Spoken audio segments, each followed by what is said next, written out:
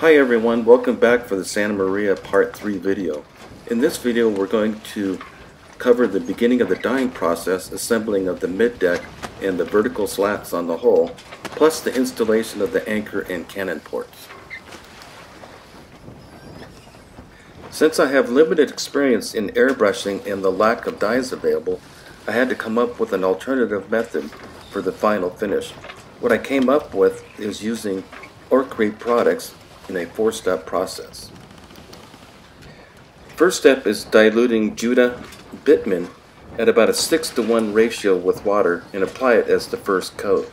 Step 2 is applying Sapili dye as coat 2. The third step, if necessary, is using warm water to even the coats out. Step 4 is 2 coats of varnish. I'm pleased with the deep reddish brown tone as it gives it some very nice depth.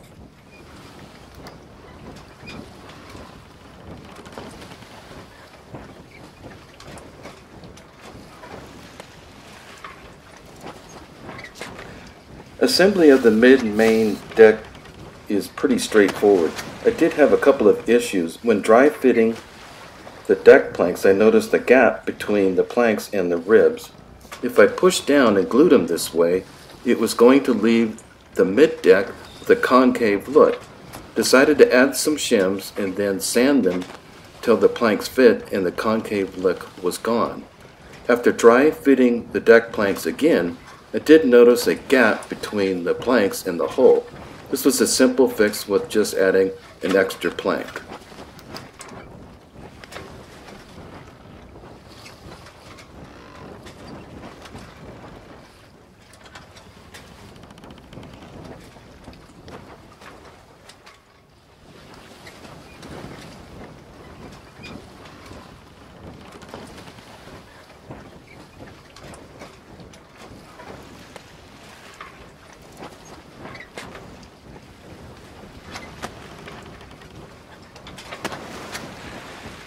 Also decided to spruce up the access panel to the main deck by framing it and adding some inside pieces for depth.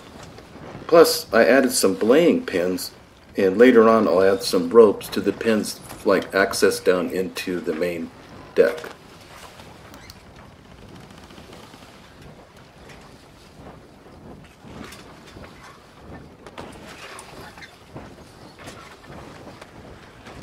After finishing and varnishing the mid-main deck, I installed the first decorative pieces to the rear stern bulkhead.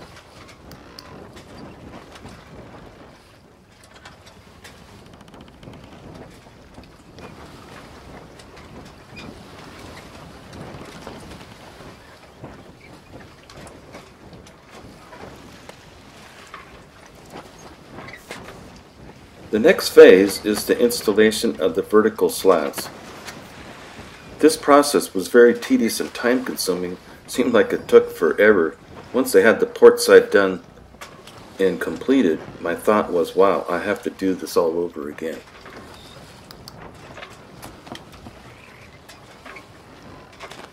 One problem I did run into with the vertical slats was that from slat number 7 through slat number 12, they had gaps either on the top or bottom.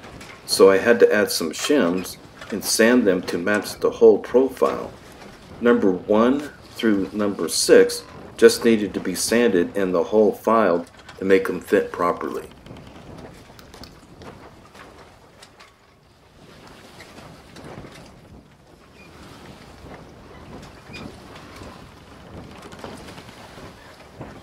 Also note, when dry fitting the vertical slats, there is an ever so slight angle to them. All in all, after setting the nails, the installation of the slats came out pretty nice.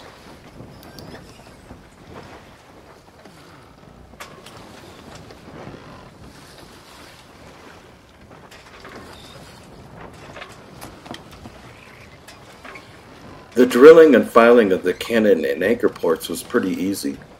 I filed the last part for a perfect round fit. Didn't want to drill a hole that big and risk tearing the sides of the hole. Well, this brings us to the end of part 3.